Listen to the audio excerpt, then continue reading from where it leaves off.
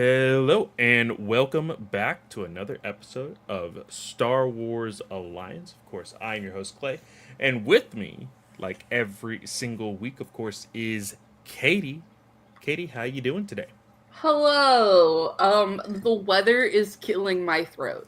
So Matt measured it out. I have about 4 ounces of whiskey in this hot toddy.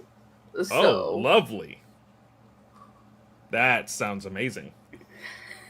it's about the only thing that helps because it's just a sore throat that just won't leave. And it's like you could do like those throat numbing sprays, or you could do alcohol. With the project I'm Exactly. working on at work, I might as well And do alcohol. honestly, sometimes, depending if you already have the alcohol versus going to go get the medication, it's Correct. sometimes cheaper. Correct. And I do. I have. I am a whiskey person. So, Well, guys, today, Katie and I were literally just talking about the news, quote unquote, that we have this week, and it's not much of anything. There's just a whole bunch of quotes, some misquotes, apparently, and and of course, our main topic of the evening is Charles Soule's Star Wars Darth Vader run, issues 1 through 12 that we're going to be yes. talking about tonight. And guys, we're tackling the Darth Vader run for kind of two reasons here. One is for Master of Evil. Um, Adam Christopher has stated that he found one spot in this run where there's a perfect time period to put a Darth Vader novel, and that there's a gap missing where Darth Vader explores eternal life and like goes to this planet and finds all these people and whatnot. So for that, we have to like talk about this because we've never actually really talked about this comic Mm-hmm. on the show before. So we're gonna talk in that regards. Um, but also, Charles Soule is doing his Legacy of Darth Vader run with Kylo Ren. It is a sequel trilogy comic, and that first trade is coming out in October. So it's kind of the perfect time because he said that there would be things popping up in that comic from both his Rise of Kylo Ren comic, his Star Wars run, as well as his Darth Vader run. So it's perfect timing, Yeah, basically. yeah. Um, And I think we both forgot how good this comic is oh as yeah. far as writing, art, just everything about this. So we will have a lot to comment on about that. So let's go ahead and jump into the news, the quotes that we're going to be talking Mm-hmm. about today. The first one, I feel like the big one, is what is first on our list here in our Star Wars Alliance chat. Um, I think it's really funny, Katie. You shared it with our Star Wars Alliance uh, chat with the comment TBD, and of course, this is to be, Determined. to be determined. Um, at this point, I really like to say that's to be debated. Um, just because the quote is, or the tweet that we saw that everybody was going crazy over because there was alleged footage Mhm. of Ian McGregor at, I Well, believe, okay. So the problem is there wasn't footage. there wasn't So footage. There was just word of mouth, which is yes, always worse. So Fan Expo. This happened at Fan Fan Expos Expo. last, That's yeah, and they don't allow cameras. Um, like they don't allow cell phones. Like you can't tape interviews. Nothing. yeah. So Nexus Point News, which I don't know who runs this I site. have no idea who this is. It's another fan site, and Nexus Point News basically was like, Ewan McGregor has confirmed he will return as Obi-Wan Kenobi in Ahsoka Season 2. He was apparently misquoted. The Nexus Point News goes, yeah, no, I'm going to stick with what I reported, but it's possible I could have misheard it. Like, okay, that's like the That's why would you double down once you've been right. that's so bad. Um so the next thing that we see here is Ian McGregor is not confirmed to be returning in Ahsoka season 2. The outlet that first reported this inaccurately quoted McGregor's comments. Now, I think that if anything, Mm-hmm. McGregor may have done one of those Tom Holland slash How would you guys feel about this quote? yeah, exactly. It's one of those. It's like, oh, do you want me to be, kind of egging them on type of thing. Yeah. And now his wife, Mary Elizabeth Winstead, is in the show as Yes, Hera. yes, So the report, like all of the context that was added to these tweets, is like he was referring to his wife being in the show, not him. yeah, I find that convoluted because how do you get those confused? yeah. Like I, it's kind of hard for you to misquote that, but I look. We've talked about it Sorry. so many times. Um, there is, of course, also heavy rumors of more flashbacks, more Hmm. Clone Wars era flashbacks, Yep. and of course, it would be a perfect moment for McGregor to reprise his role as Obi-Wan Kenobi.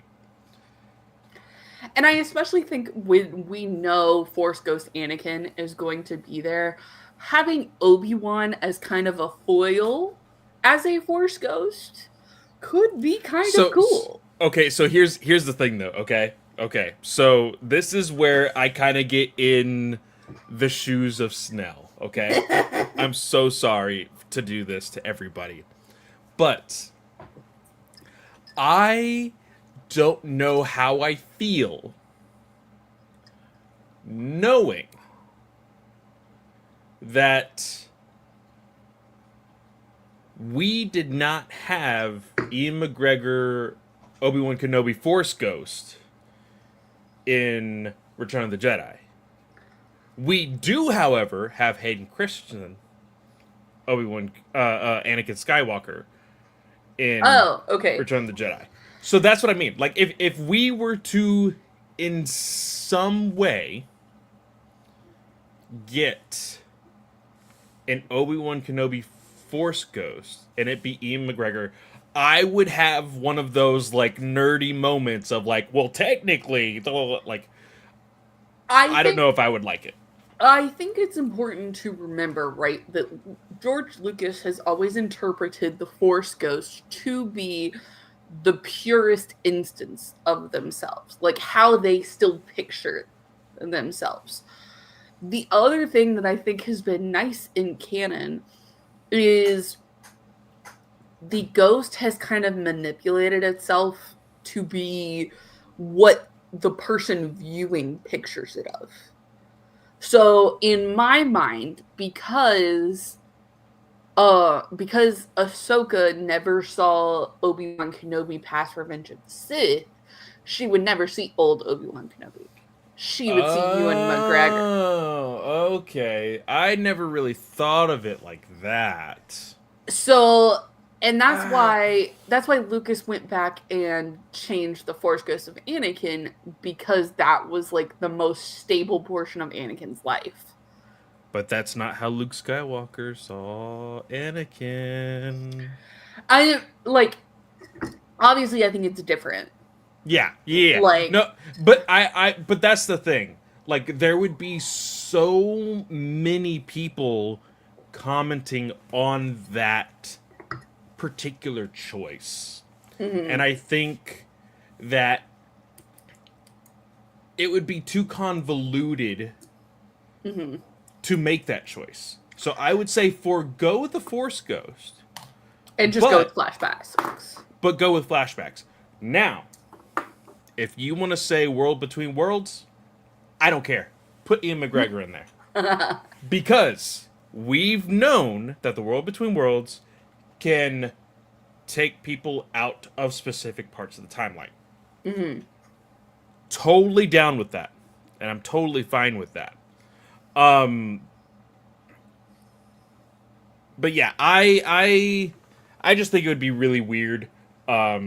And I would absolutely hate the press tour of backtracking, trying to explain it, and all of this other stuff, because then you just step on continuity and all of these other things, and you just get into a whole big mess. So But just avoid it altogether. fair. But I also do think that if you just dyed Ewan McGregor's hair white, I think you would come pretty close. I genuinely think you could. So, Especially since we've seen Ian McGregor with very short hair, mhm, like McGinnis. yeah. So, like, I think you could. I honestly think you could. I think you could too, and just manipulate it that way, because obviously you're not going to have McGinnis showing back up as a Force Ghost in this. But that was my So, other thing. I don't want to see McGinnis AI either. Like yeah. that's Well, and I think McGinnis passed at a point where it's too, like, they would have to go to the family for that, and he's very old school. Like, Star Wars was, like, his rare case, yeah. right? So, I feel like his family wouldn't agree to that. Yeah, I don't think Um, so either. so I don't think there's a risk of McGinnis AI, especially when you have Ewan McGregor so apt to do more Obi-Wan Kenobi things. Yeah. So yeah. It'll be interesting to see if Lucasfilm was like, because I don't know if McGregor did the Tom Holland thing or if it was really like a misrepresentation of what he said. Yeah. Because again, these are fanboy sites. People want to go viral if they can. So I can fully believe that they didn't quote properly and were like, this is our chance, guys. Um, but I also wouldn't be surprised because Lucasfilm has a precedent of going, hey, like, we saw this reaction. What do you think about joining in the fun? So, Yeah. I agree. Um so the next thing we have on our list is something that I'm actually really excited for. yeah, You same. shared a Star Wars Holocron tweet that says Disney has made a deal with Webtoon Entertainment that will see existing and original Star Wars comics come to the platform. Now, guys, Webtoons is a very, very unique way of reading comics. It actually changed the way that, like, They were generations like the below first us. they were like the first people to do like the smart panel thing, right? Yeah, and that's what I was gonna bring along is Webtoons format for reading comics is not turning a page from left to right. Like you're not reading a book from left to right. You're actually scrolling Mm-hmm. from top down. It is like you're scrolling through a feed Mm-hmm. of any type of social media. The few that Webtoons, I've read from Webtoons, it felt very like newspaper esque, where it was like all in a line. It was like three panels at a time, basically. yeah, it's very simple. And the reason why I love Webtoons so much is because it gave an opportunity for people who love manga, who love comics, who love any type of genre. Because even before Webtoons was an official thing, you had people making like fan comics Mm-hmm. online. Those existed way before Yeah, Webtoons. fan Uh, fiction. Fan fiction and things like this. Webtoons gave these people a platform. Hmm. Um, Of course, you can't use licensed things unless, of course, it's from the publisher. DC actually has two, maybe even three webtoons comics on their Okay. site already. And I think this is the first time Disney is actually going to webtoons, because there is actually Marvel Unlimited uh, comics called Marvel Infinity, which Hmm. took the format of webtoons and they have it on their Marvel Unlimited app. Okay. So this is the first time that they're actually going to webtoons as a company and saying, "Hey, we'd like to partner with you to make these original stories." And this only brings more people to that website, which is absolutely amazing because there is a genre for everyone on Mm, webtoons. You like K dramas, there's webtoons for it. You like horror, there's webtoons for it. You like comedy, there's webtoons for it. You like action adventure, there's webtoons for it. I love this site because it gives people who always had the idea of like, oh, I'm not good enough to go to DC or go to Marvel, or at least like they didn't know how to get towards that. Webtoons help them do that. yeah. So I really appreciate webtoons. And it So I'm does really excited for this. and it does look like it's multiple eras of Marvel itself. So Spider-Man, Captain America will be going to webtoons. Um 20th century. Um, so, and Sweet, awesome. these comics will be original comics for webtoons, so there will be originals developed, but it also looks like there's going to be like current comics adapted to the format. So it looks like the first one for Star Wars will be the Star Wars run by Jason Aaron, which makes the most sense because that one is the oldest that Star Wars has currently in canon. Mm-hmm. Um, and so it's just getting more eyes on the format of Star Wars comics. So Yeah. Katie, you want to take us to the next one?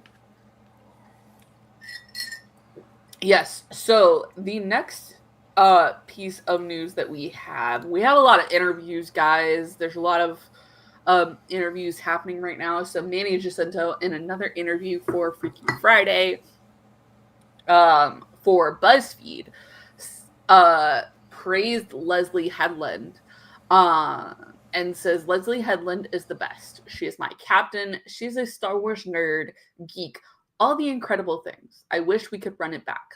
All credit to Leslie Headland. Y'all, we've said it before, we've said it again. Leslie Headland, if Leslie Headland had been a dude, there would have been no problems with the I actor. think so. Yeah, 100%. Like, I believe that as well. not in how she chose to adapt things. Let's just say that, because you could have still seen critiques on Amandla and oh my gosh, Lee Jung Jae. Like you could have Mm-hmm. still seen criticisms there because people are just going to be people and they're going to be racists and sexist and stuff. Yeah. But a lot of the negativity surrounding the acolyte is purely because fanboys don't know how to handle a woman knowing just as much about their beloved franchise. So we just got to reiterate Leslie Headland killed it. And if you disagree, sorry, you're at the wrong place. Yeah, I like this. I like how they are holding strong to, what they believe and their team. No one is out there blaming this person for this and that for this. Like Hmm. they are a unit, and I love that so much. And I Yeah, really do hope. Oh, well, go ahead. and Manny has been the only one that's really gained notoriety for his role. And that's unfortunate because Amandla and Lee Jung Jae killed it. Mm-hmm. Um, especially with the material they were given. You can say like, oh, the writing kind of struggled in places, but like the show as a whole rocked Like, Yeah. so Manny gained notoriety for it, but everybody was the big one. So it may look like Manny's the only one saying things here, And I but the wonder, whole crew has backed her up, basically. yeah, they have. And I wonder if, like, if season 2 and 3 of Squid Game would have gotten better reception, I wonder Hmm. if Lee Jung Jae would have gotten a little bit more coverage on the Acolyte as well. Well, and Um, I think the big thing with Squid Game is even though it got notoriety worldwide, it was still mainly Korean publications. So a lot of the crew wasn't doing English based interviews. oh, that's Um, true. Yeah, and so Lee Jung Jae only learned English for this role. Like, yes, he yeah. speaks English, but it was for the Acolyte. Hmm. So he may have chosen not to do interviews with English outlets because it's a Korean show. That's true. That's very true. Yeah. Uh, Next up, we have this was interesting, and I want to know what your feelings are towards this one. Uh, so Star Wars Clone Wars creator Gindi. Wait, how do you pronounce his first name? I have no idea. Okay, I'm just gonna wing it. Gindi, and I can't even pronounce the last name. I was about to say it like full confidence with my chest. Tartakovsky? Tartakovsky. Yeah, Tartakovsky says he's interested in returning to Star Wars to oversee Assad Ventress's live action debut, saying if she becomes live action, super cool. And if they ask me to do it, that would be an interesting conversation. So, for me, and I am still interested in hearing your opinions on this, I did not like Asajj Ventress as much in his iteration versus what we got in Clone Wars. Obviously, Filoni picked and chose what he wanted to bring forward in Clone Wars. Um, so obviously you have to give credit to Tartakovsky is actually I prefer saying that versus his first name. Um you have to give him credit because he created one of the best characters in Star Wars. But I like how Filoni did her better, Yeah, personally. I would be totally down for him being involved. Now, does this mean he needs to write the script? Does this mean he needs to direct? No. I'm saying, hey, I would like him at the table to have creative input on how the story goes, but not full control. Like, I think that giving him, like, because I do think there would be a small slap in the face if we just see Asajj Ventress created by Gennady or Genndy Tartakovsky, or Mm. at the very end, special thanks to Genndy Tartakovsky. Like that would be a little bit of slap in the face for him. I don't even think they did that with Thrawn. No, I don't think so either. Like, but that's what I mean. Like I I'm we just know, saying but wait, don't we know that what's his name? Creator of Thrawn. Zahn. Yeah, Timothy Zahn. We know that he had conversations with Filoni, right? Right, but I think yes, we do know that. But I think especially the characters of, and I'm not saying this to downgrade Asajj at all, but Thrawn is a legend, and I definitely and y'all, I'm sorry, but Thrawn, I think they're on. If basically what I'm trying to say is, if Thrawn couldn't get the adaptation that he deserved on screen, even with Zahn Consulting, what makes you think that Filoni would even consider any creative input from Tartakovsky? No, I get it. Like I get it. I understand. But like I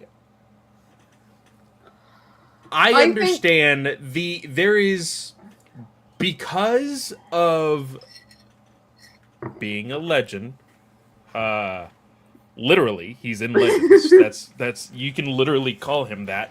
Um versus, well, I guess Asajj is a legend also, but Thrawn has been in Legends far longer. when you have an author of such notoriety that he kept Star Wars alive, and you can't tell me that he did not keep Star Wars No, alive. I'm not saying that. I'm not saying that. But I am saying, if we want to be fair, and I understand life isn't fair, never has and never will be.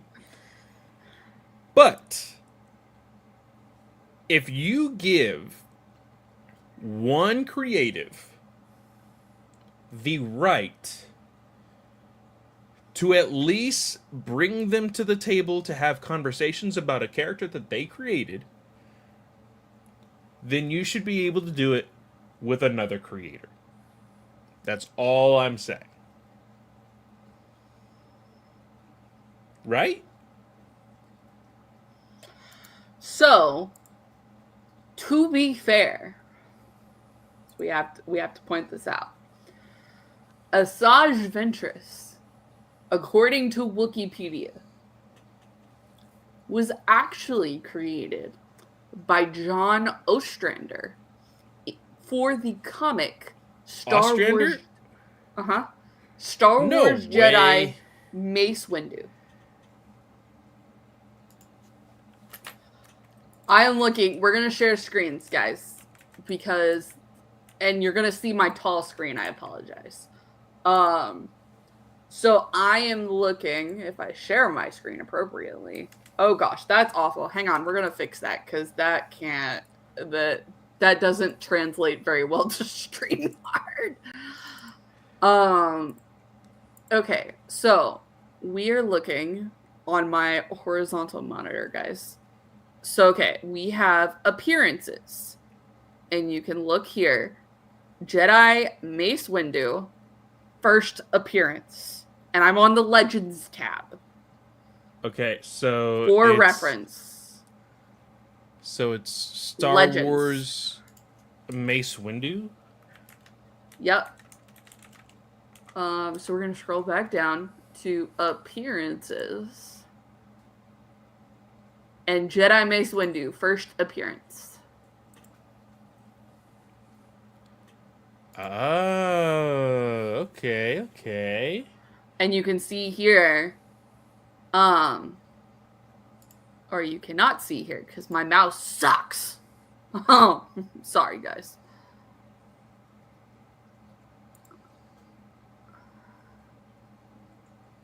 Yeah, okay. It originally showed it. Apparently, it doesn't want to show it anymore.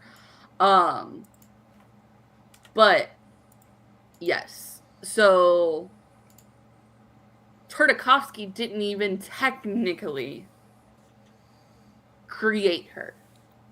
So with that, I don't even think that they would bring him in for consideration.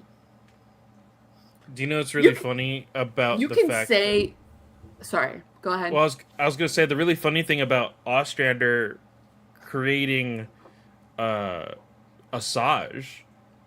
Ostrander famously wrote the Suicide Squad, created the Suicide Squad. Uh, Oh. yeah. So he is a very, a very notoriable like writer. Mm-hmm. And so when you said that, I was like, holy crap! I did not know that he created Asajj Ventress. Um, I'm gonna have to go searching for that comic now. I wonder if it's on Unlimited. I would imagine it was on Unlimited. Wow, he actually wrote all of the Legacy comics, it looks like, too, Did he for really? Star Wars Legacy. Yeah. He wrote Dawn of the Jedi and Star Wars Legacy. Oh, okay, okay. I'm Um, gonna go searching to see if that Mace Windu comic is on Unlimited right now.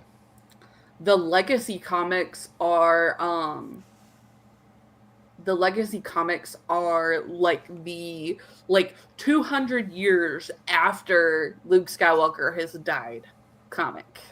Ah, Um okay, okay. in case people didn't understand that. Um So the Mace Windu comic is a one shot, and mhm. it is in Marvel Unlimited. Um, it was a comic that was released in 2003. Yep. Yeah, very cool. So, especially with having a comic person create Asajj, I don't think they'll bring in Tartakovsky because he may have given her the notoriety, but he didn't create her, and that tends to lend more of what Filoni has looked for, I think. Yeah. Now, that being said, now that I know that Ostrander created Asajj, I would, if I was Filoni, I would go to Ostrander. No, but like seriously. So Gunn did the same thing with Suicide Squad, and when he created Mm-hmm. Suicide Squad, he went to Ostrander, so much so that Ostrander had a cameo in Suicide Squad. I'm not saying Oh, give did Ostrander. he? Yeah. So he's the Ostrander is the like prison doctor that's giving the like placing the bomb inside Ah, Michael Rooker's character's yeah. head. That's Ostrander. Um, I wouldn't say give Ostrander a cameo in a Star Wars project because of it, but I would say like, hey, like let's say Asajj gets like a 2 episode debut, give 1 episode to Filoni, 1 episode to Ostrander as far as writing. Yeah. Apparently they actually wanted Ostrander to write an episode of the Clone Wars, but was not hired because the producer wanted writers with experience in TV animation. Oh, boo hoo. He, Boo. he would have written an episode related to Quinlan Voss. That would have been even better. Ugh. Now I'm just mad. All Well, no, because like right. even if you look back at the legacy, like the Dawn of the Jedi, I think it was like no, it wasn't Dawn of the Jedi. It Mm-hmm. was He didn't write the novel, but he wrote on the comics. yeah, right here. I actually had it open just a second ago. Uh he was like a huge character. Yeah, in the Star Wars omnibuses. Mm-hmm. Um Voss was like a huge part of that story. Yeah. Yeah. Next we Final bit have, of news, right? yes, the final bit of news. This one I think is a little silly. Um but Alan Tudyk recently did an interview on a podcast called The Playlist. Um, and he has said a number of things recently. Mm-hmm. Um, like, I don't know if you saw like the big hubbub about iRobot, about him I not. actually have not seen iRobot. I Oh know. my. Katie. Katie. Katie, I'm actually gonna Google it right now to see where you can watch it for free.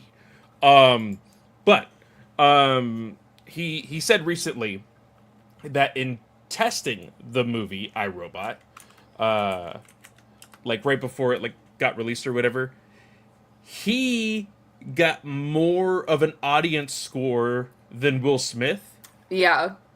and Will Smith didn't like that very much, and so Alan Tudyk's name got basically erased from publicity, Yeah. uh, and you didn't see his name until the end credits.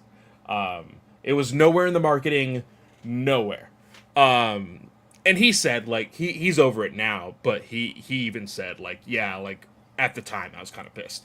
Um, but he confirmed in this conversation also that all of the heroes were always going to die in the original version of Rogue One.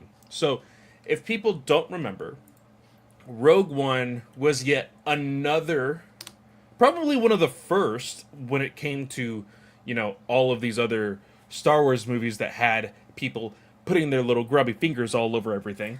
Yep. This was like kind of like the first one in this new era of Star Wars. Um, it didn't look great. It didn't look like it was going to get made. And then all of a sudden, hey, we saved the movie. Everything's fine now. Blah, blah, Hmm. blah. So there was a lot of rewrites and everything else. And he's just confirming that before the reshoots, everybody was already originally supposed to die. He said, we're always going to die. So it didn't feel like a drastically different movie, but the changes gave each character their own hero moment.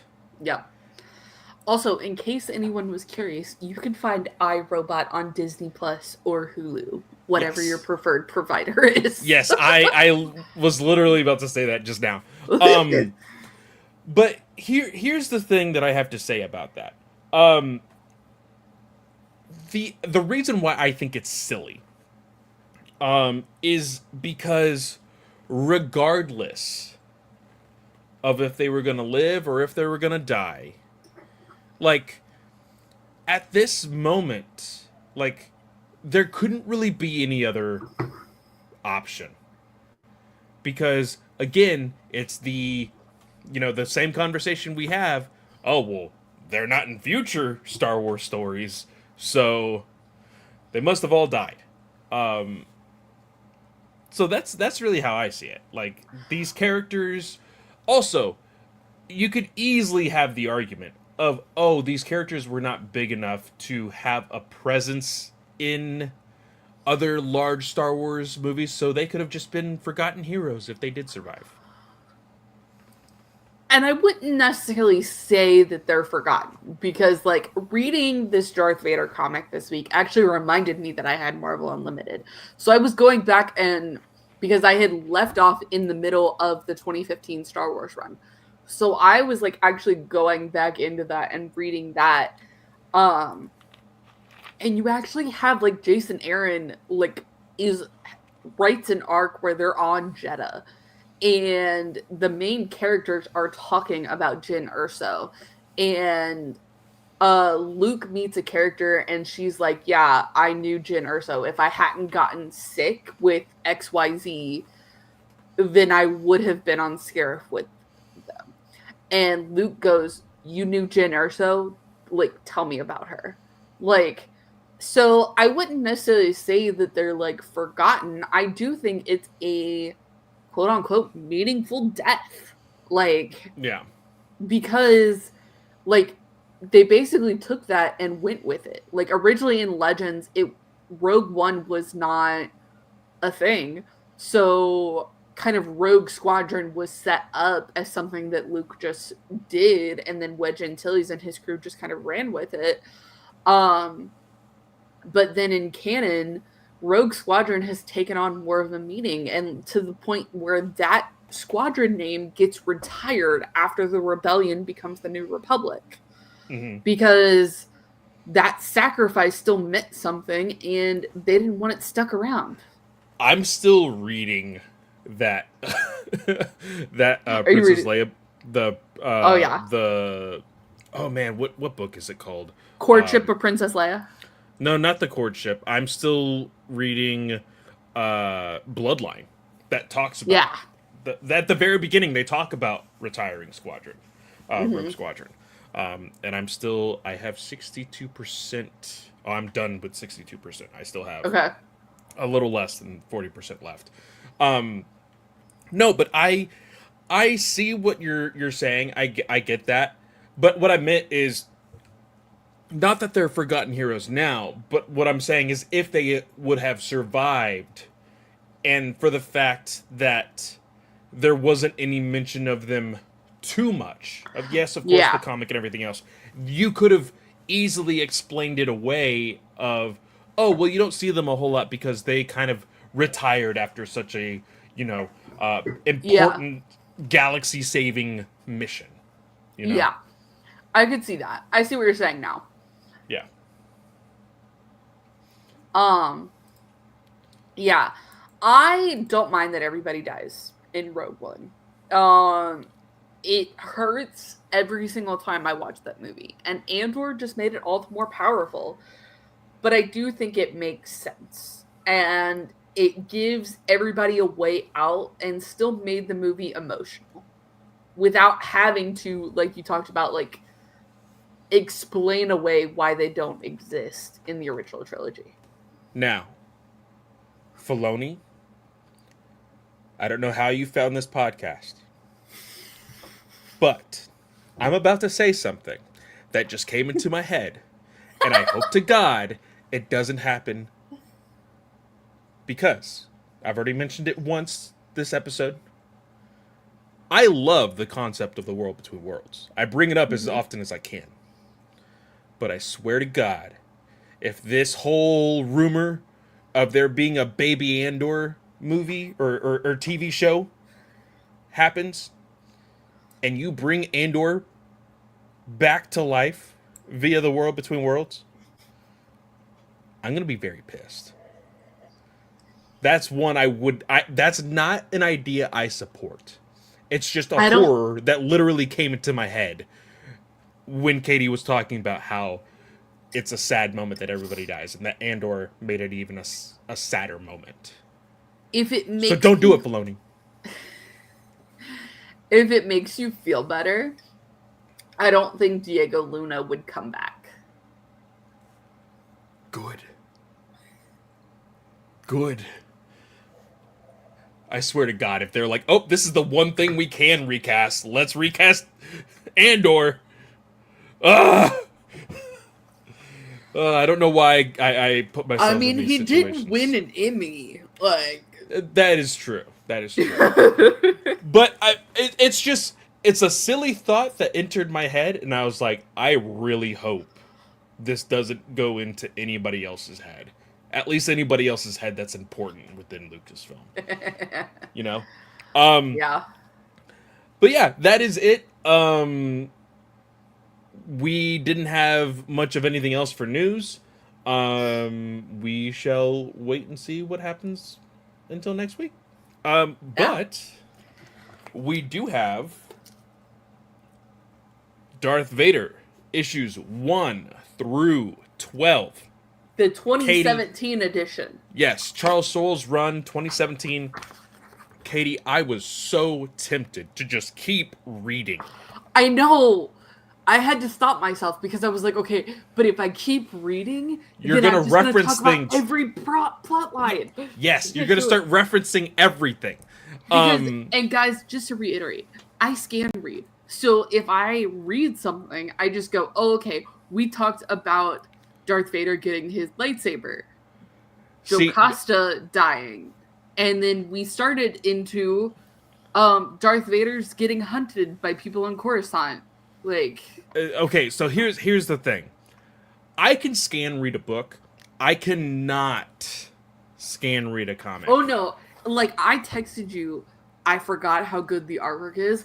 I'm literally reading like a page like 4 times to absorb the artwork. Because literally, if I'm reading, so like sometimes, like on the High Republic comics, for instance, before we review them, I read through the bubbles so that way I get the story, so I don't get spoiled by anything else. Oh, see, I'm the complete opposite. In a comic, I look at the page before I look at any of the words.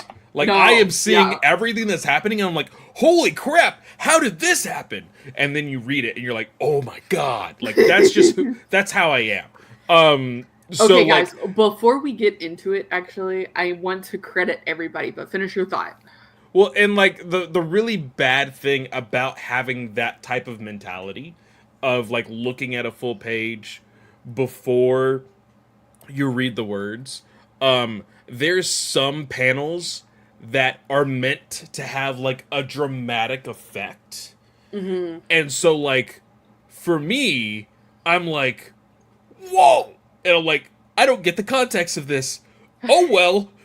And then I read it, I'm like, oh, well, kind of ruined myself there. Like the way that the wording works and everything else, like the way that you're supposed to read it, doesn't work very well if you look at the whole page.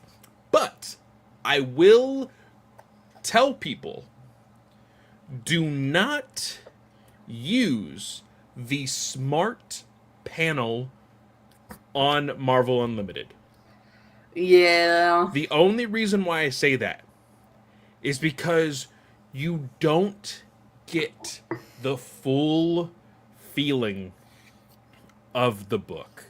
Now, because this has happened before, if there is a crazy page that you do feel like you're a little confused on how the progression is supposed to go, smart panel, read that page, and then turn smart panel off, and then read the page again with it in full view.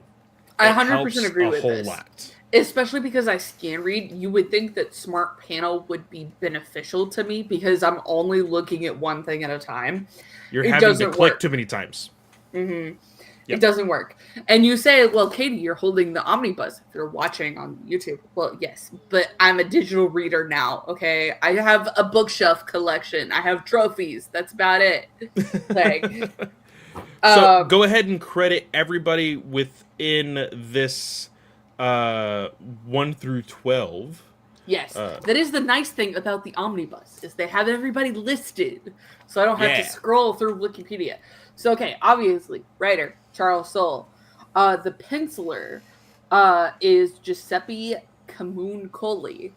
Inkers we have Cam Smith and Daniel Orlandini. David Curell for color artist. And for letterers, we have Joe Caramagna. And then cover art, we have Wait, Jim wait, Shum. hold on. Joe Caramanga. Does it not say VCs in front of it? Oh yeah, I thought that was just the business. Like, yeah, but it's like it sounded a little weird because okay, so this is like a really funny thing that like most podcasters do is the VCs is just something everybody says. So when you said Joker, I was like, that doesn't sound right. Hold on.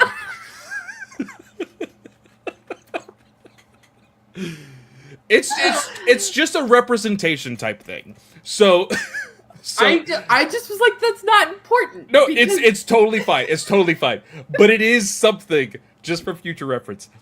Every single podcast that I've listened to that reviews anything that Joe has lettered always says VC's Joe Caramanga. So when you didn't say it, my brain kind of broke a little bit. I was like, I'm sorry. Let me do this for the podcasting. So if you want to edit all that out, you can. I don't know.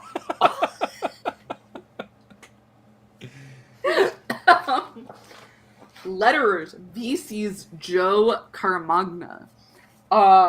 Cover art, we have Jim Shung, Matthew Wilson, Oliver Koipel, and then Giuseppe Camuncoli and Francesco Mattina. And that's everybody 1 through 12.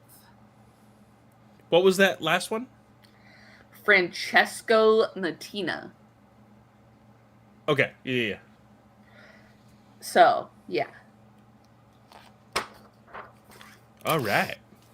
So, I've already kind of summarized our plots. So, we have Vader gets his lightsaber, and we meet the introduction of the Barash Vow.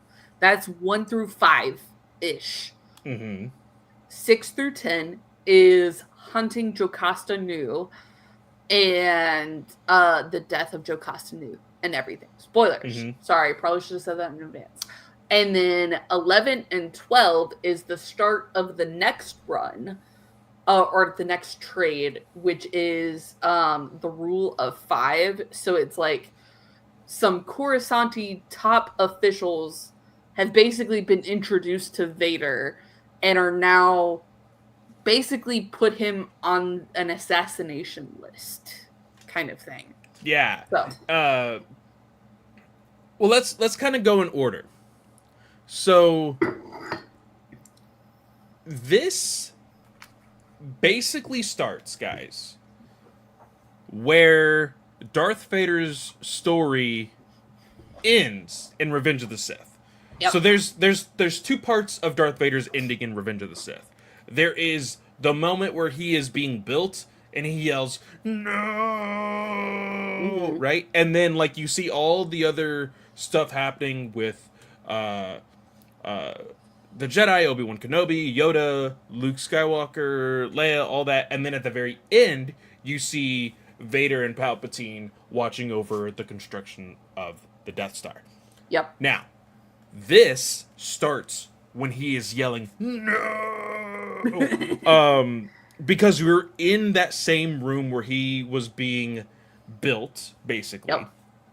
and you get the conversation between him and Palpatine.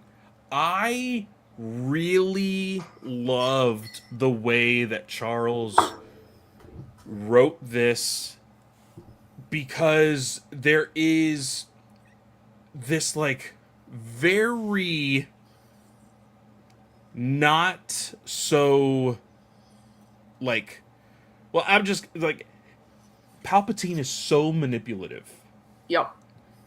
in just the way that he speaks, but also so demanding and direct at the same time.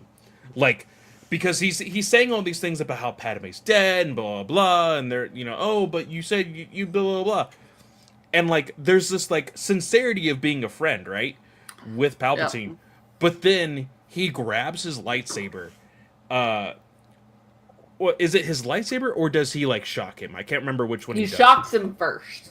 Yeah, he shocks him first, and then he grabs his lightsaber and puts it up to his throat.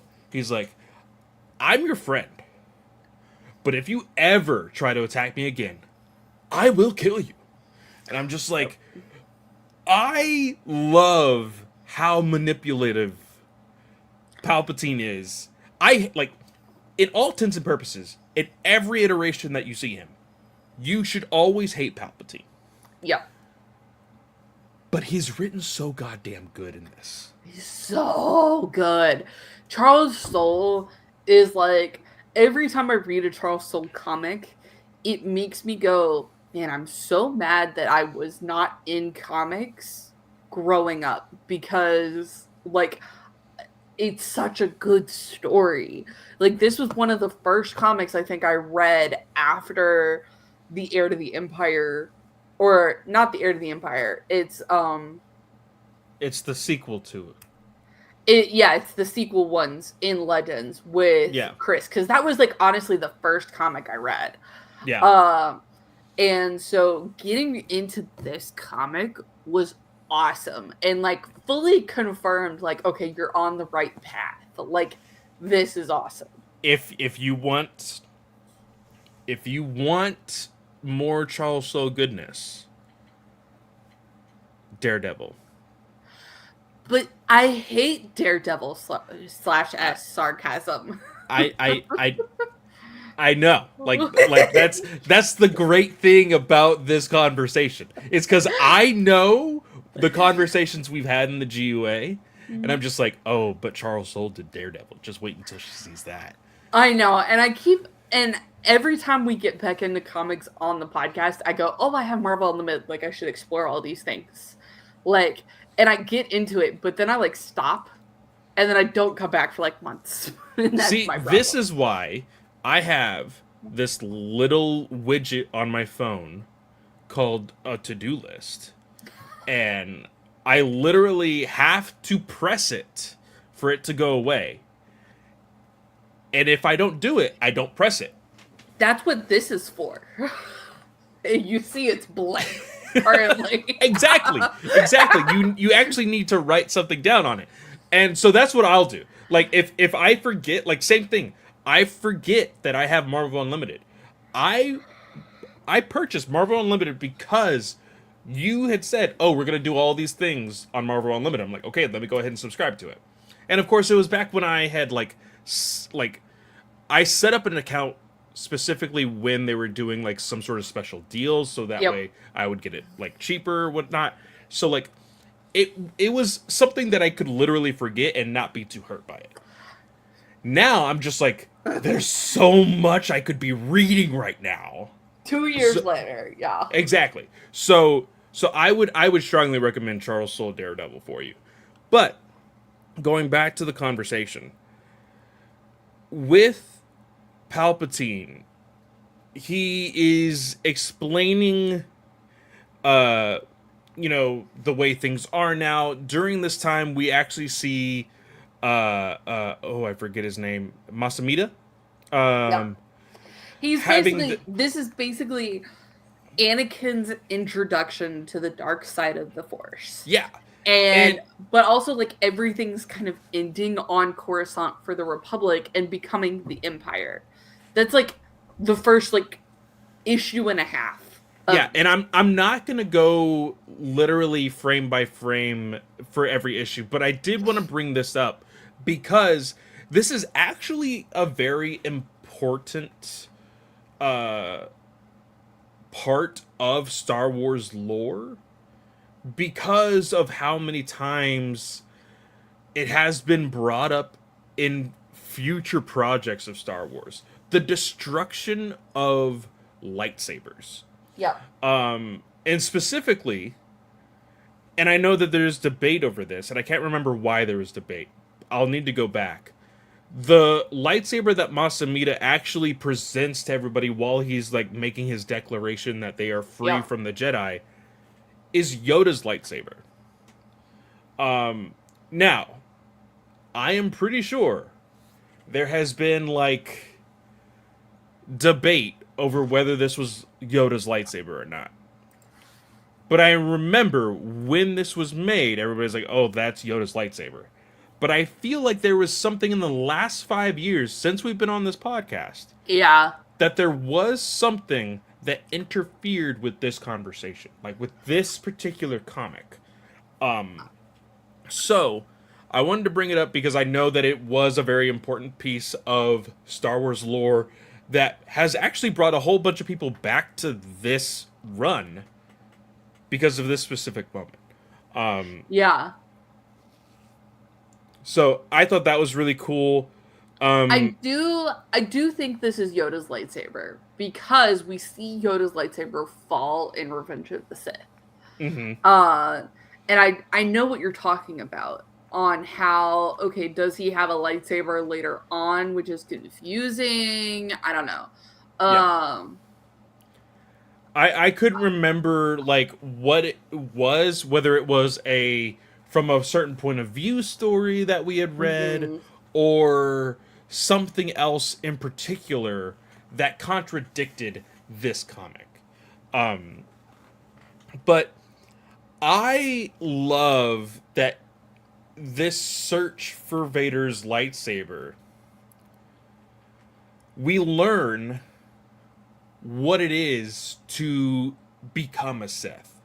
Mhm. We learn that from Palpatine. He explains to him, "Oh, well, you know, uh, well, it was Vader that was like listening to Palpatine. He's like, "Oh, Master, I understand. In order for me to become a Sith, I don't just, receive a lightsaber. It must be Yep. taken." And so he goes on this mission to find a Jedi. Now, of course, we just had Order 66. So Where they are are the some Jedi? slim pickings here. But I like the way that Vader thinks. Yep. Because he's like, okay, I know that most of the Jedi are dead. So how am I going to find a Jedi to take their lightsaber? Oh, the Barrage Vow. Well, this is literally the first Mhm. sign. This is where the Barash Vow was literally invented. Was in this comic. So, And I like how Soul does it because he still incorporates Vader's point of view here mm-hmm. because Vader's basically working with the droid. And the droid is running the search and he's like, "What's the Barash Vow?" And Vader's like, "I don't have to answer your questions." And like so we still get the Vader persona, but then we still get an explanation because the droid kind of furthers the conversation is like, "Look, I know you don't have to answer my questions, but it would be helpful." And so Like, then Vader's like, if you want to find your answer, I need an answer from you, basically. yeah, But this is also where, like, because I know that people were probably already, when reading this comic, oh, we're gonna have a lightsaber less Vader for how yeah, long? This is gonna be kind of boring. Blah blah blah blah blah. At the end of issue one, we see how much of a badass Vader is without a hmm lightsaber. Then, at the beginning of issue two, he goes upon this freaking space station where they are collecting freaking Jedi yeah, archives and stuff, where he knows he can get the information about the Barrage Vow. You see all of these clone troopers, and there's a moment where he gets to steal a lightsaber, but it's only temporarily. And he knows that it's yep. only temporarily because He he cannot keep that lightsaber. He knows it. Yeah, he finishes it and he drops it. It's basically like, okay, I found a gun and I'm gonna use it until it's no longer good to me. Yeah, Like yeah. that's basically what this is. And again, there's even a moment after he found the information that is needed, he is able to grasp a freaking grenade in the middle of the freaking air with the force and keep it compressed so it doesn't explode until the very last moment. Even when there's These clone trippers like yes. bothering him, they're like, "Oh, he's, this is a Jedi. Of course he's a Jedi. He's using the force. He used the lightsaber." Like all these different things, right? But like he uh he said the famous line, but not in the way that it was first said. I am no Jedi. Mhm. But he said, I am not a Jedi, which is the most badass thing ever. He pushes them with the force, cracks their necks, throws the grenade, and blows up the station. Those panels by Kamunkoli, awesome. Like so good with the grenade and everything. Like just stepping through, like you feel like you're witnessing it on screen almost because of how detail oriented like the art was and everything. Like Mm-hmm. superb. I also like the colors here. I like the Mhm. shading. I like the specific choice of it doesn't happen all the time, but it happens very rarely. There's this panel in it's issue number 2, page 18 on the Unlimited app. Uh, you actually see Vader holding the uh, the grenade while they are talking to him, and he is slightly outlined in blue. And I like this because the coloring of the page, he would very easily blend into the black background just because of the Yep. way they shaded him. And so just that rough, that like not even rough, the very slight blue outline. You could even say like, oh, it's he's probably using the force, and they're trying to show it in some sort of capacity. For those of you watching on YouTube, yeah, there's this very light blue Yep. outline around him. Really dig that. I Cuz love the way they do that. yeah, cuz it's not there on the other panels. That's literally the only one. Yeah. So there's that. But then at the very end of that issue, Okay, I lied. It's we this one too. This is the Yeah, page yeah, before. it was those two. That's the specific one that I was talking about, though. Yeah. We get the identity of the person that he is going to try and Hunt. find, which his name is Karak Infilla, Yeah. and we're just going to talk about this whole entire like fight, hunt, whatever you want to call it, all in one, because my God, this was amazing. Oh my gosh. This is so good. This is where I was reading when I texted you, like, oh my gosh, I forgot how good this art was. I love this. Also, is uh freaking Karak the same species as the Blade? I think so. Because they look very, very similar. Yeah. But he is a very fit individual, white beard, gray skin, 6-pack, with a giant scar on his chest. And this dude is just amazing looking. Sorry, I just realized something. He's in Trials of the Jedi.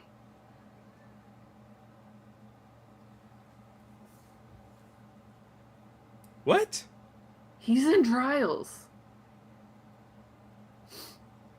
He's the weapons master who creates the armor.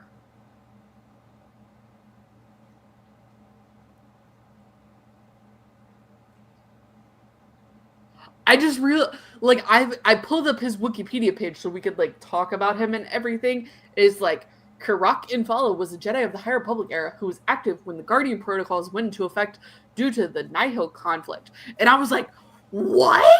And Wait, whoa, whoa, next- whoa, whoa, whoa, whoa, whoa, whoa, whoa, whoa, whoa, the whoa, whoa, next- wait, wait, wait, wait, wait, wait, wait, wait, wait, wait, wait, wait, wait, wait, wait, wait, wait. This conversation just went an entire left turn in a good way. Holy crap. Hold on. Okay. Small pit stop in this conversation. Katie, how did we not recognize this? I don't know. Two, he took the vow. Why? So the next sentence was he worked alongside Master Govina in the armory creating lightsaber blades. Due to the urgency of the Nihil conflict, he helped create less ornate battle sabers, which is where I recognized, hey, wait a second. The droid. Yeah. And he said, along with Govina, Infala helped design armor used by the Luminous Nine to resist the Nameless effect in their mission to return the Nameless to their homeworld. Eventually, he took the brash vow and cut himself from the Order's activities.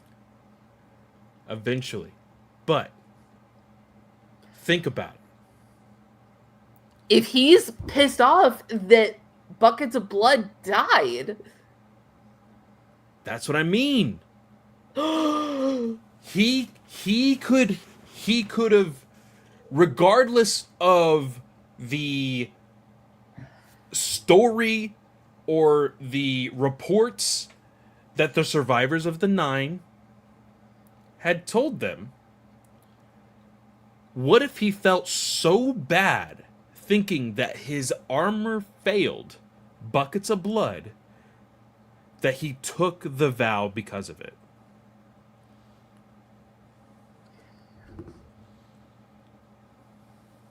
Dude.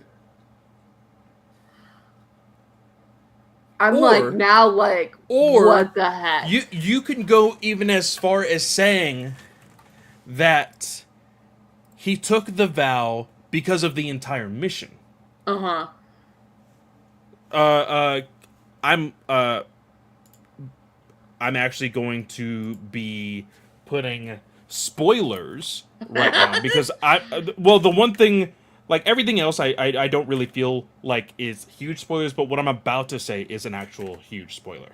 So I'm actually going to And write the apparently, time. okay, so apparently he's in Legacy of Vader issue 6. So we will be talking about him again. Yes, we will be talking about him again.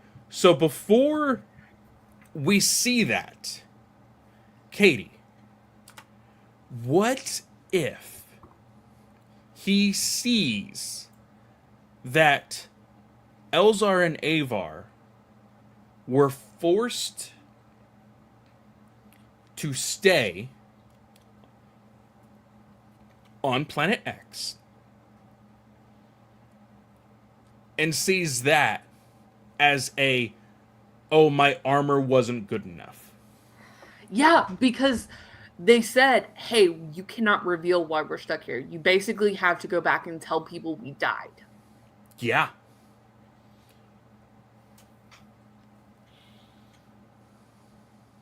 Oh my gosh. Holy crap. You know how long Charles Soule was holding this in? Well, he did say, so they said, and we had picked up on some of it, that planning for this Mm-hmm. was like in full effect for some time prior to the Yes. release of the Light of the Jedi. Correct. But for the fact that they were planting the seeds here, absolutely amazing. Insane. Insane. Like, I don't know how you go, like, oh yeah, I'm gonna put this character in here. And like, we love it. Don't get me wrong, we love it. But I Now don't I know need to know. how. I How need to know the actual reason now. oh my god. See, here's the problem. Here's the problem, okay? I read this back when it was releasing in Right. 2017. I have consumed so much content from then until now. When that name appeared in Trials, it meant nothing to me. But for Wait! people who are for people who are actually able to remember shit like that, they were probably like, "Oh my god." And I'm kind of mad that I was not one of those people Same! to And have that realization. this is a downfall of my scan reading, is because I don't catch these things You until I like, go look at a summary page yeah. on Wikipedia. Wow. That is amazing. Okay. And so now I'm going to put the This is what you put on social media, by the way. If we were good at social media, you take this snippet right here. Oh my gosh. He's in That Shadows of Starlight 1, also, by the way. Shadows of Starlight 1 and Trails of the Jedi. Okay, so Shadows of Starlight I don't remember like at all. So I'll have to. Well, no. Shadows of Starlight is when he is actually, that one I do remember, is you actually see him helping create lightsabers. I remember that. Yeah, I would bet. I'm gonna have to pull out that issue now. I am pretty sure I remember that one. Like I almost can visualize the actual panels from that one.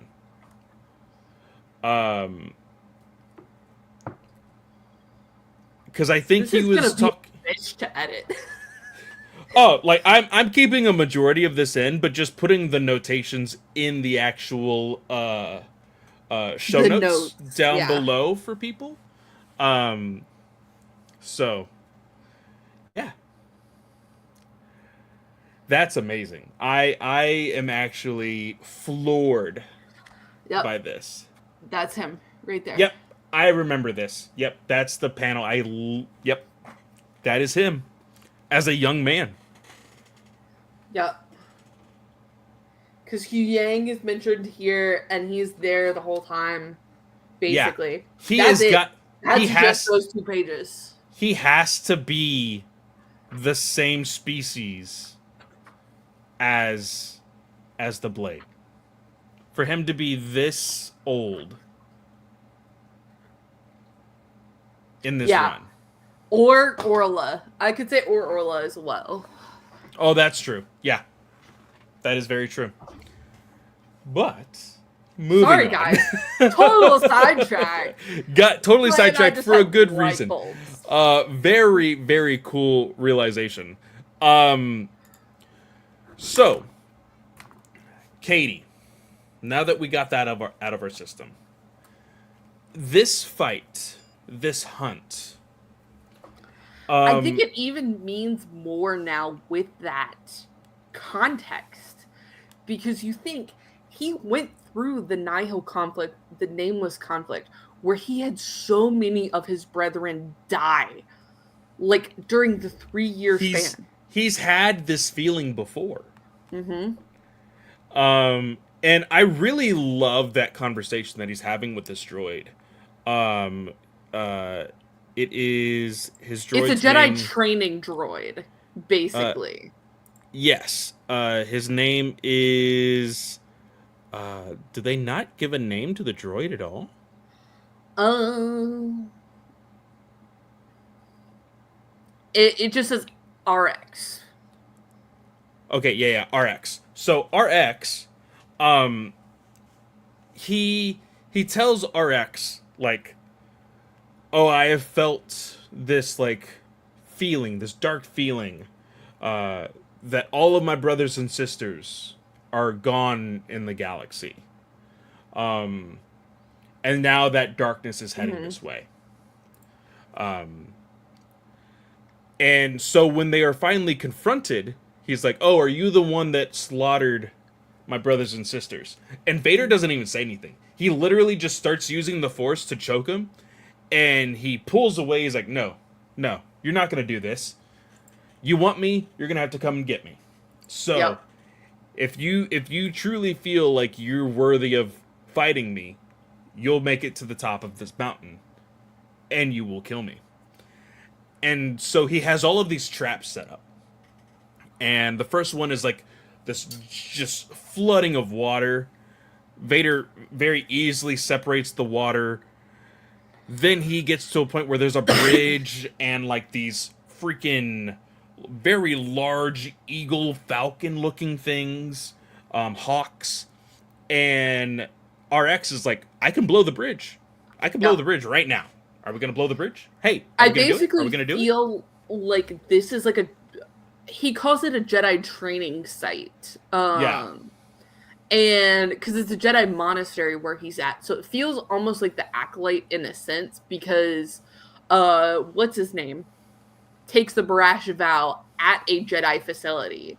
Mm-hmm. So that kind of makes me feel better about the separation part of it where this has maintained consistency over the years. Mm-hmm. Where Infala can basically go to a Jedi monastery, but it's a monastery. Like, it's remote. Like, it's not directly connected anymore. But this basically feels like masters could take their apprentices here and go, okay, this is a training mission. You have to go up this mountain, basically. Yeah. And when he asks Karak, "Hey, can I blow the bridge?" He's like, "No, no more traps. Send them on the way." And Vader, when he gets up top, throws a giant rock at him. And before Karak can even get up, the training droid is like, "Don't worry, Master. I got him." Yeah. And Vader just rips him apart. Yep. Takes his training blade and throws him off the freaking mountain. Karak very easily dismembers Vader, gets rid of the leg, shreds a hand, and then is like, "I'm gonna kill you. Like, this is what's gonna happen. But I know that you could not have done this alone. You probably had a master. So not only am I gonna kill you, I'm gonna go on my way, return to home, and Mm-hmm. I'm gonna go find your master and kill him. Yep. So he throws Vader off the cliff, goes and finds some neighboring people on the same planet that has his ship. He's like, "Hey, I need my ship. Please get it ready. Kind of in a hurry, but take your time. I think we should be okay." Yep. But that is when Vader comes along, and like the dude is so relaxed at the fact that he killed Vader that he's like, "Oh, look at all these tricks with the Force. Haha, I'm gonna entertain Yep. you." Blah blah. And all of a sudden he feels him. He feels him in the Force. He's like, "Oh crap, this can't be real. No, I killed you. What's wrong?" He Yep. goes outside. Because he He doesn't sees, understand the machinery aspect of it. He's yeah, maintained remoteness for 100 years at least at this point. So we're guessing. We're guessing yeah, because we don't know when he took the vow. But it does. The only thing we know is that he took the vow before Anakin went into the temple. yes, So we know it wasn't 30 years, exactly. basically. Because I feel like, oh well, I don't know. I don't know. That goes along with our second part of our conversation with Mm-hmm. Jacosta. But in this fight with Karak, this legitimate fight now, we get to see a little bit more of the inhumane part of Darth Vader. Because we see some security guards confront them. Vader's like, fine, I'll just throw you guys off this giant Mm-hmm. dam. And Karak tries to save them. And Vader's like, huh, an exploit. Let me use that real quick. Yep. And literally destroys the entire dam. Karak is like, no, your fight is between me and you. It has nothing to do with them. And Vader's like, that's where you're wrong. Mm-hmm. It is about them. They And I know it's harbored about you. them because of you. And so now they will die because of you. He literally crushes his neck, crushes the dam, takes the lightsaber, and goes about his merry way. Mm-hmm. Now, I did a whole lot of word vomit there explaining everything. So, Katie, I actually want you to talk about the next issue, which is the ending of this arc, with the actual explanation of the bleeding and the actual bleeding of the crystal. Dude, so this part of it is really awesome in the way that Soul articulates the lore. It not even articulates because at this point he's creating lore. This is the first time that bleeding a kyber crystal has even been mentioned. Um and so Soul just art he it's very artistic how he just articulates this and creates this identity in Star Wars canon and cements a legend for himself that is now like seen on screen basically. Um and so like this crystal actually gives Vader a vision and it's like what if you chose not to do this? Katie, one of my favorite parts of Charles Soule's run Mhm. in its entirety is the humanity that Charles is able to give Vader, even though we literally just saw him be as inhumane as possible. Yep. It's these moments that you like, just like in Obi-Wan season 1. We got to see that small glimmer of Anakin. Mhm. That's what you see in small moments in Charles Soule's run. It's so And this is good. and this is literally the first time we get to see that here. Yeah, because that vision basically takes Anakin on a journey to where, okay, what if I went back to Obi-Wan? What if I defeated the Emperor and basically said, no, I'm not gonna do this. Um so it's just so good how Charles Soule does this and adds that humanity, like you said, and even gives that humanity also to a Kyber crystal who's experiencing the pain of Vader trying to manipulate it. Um,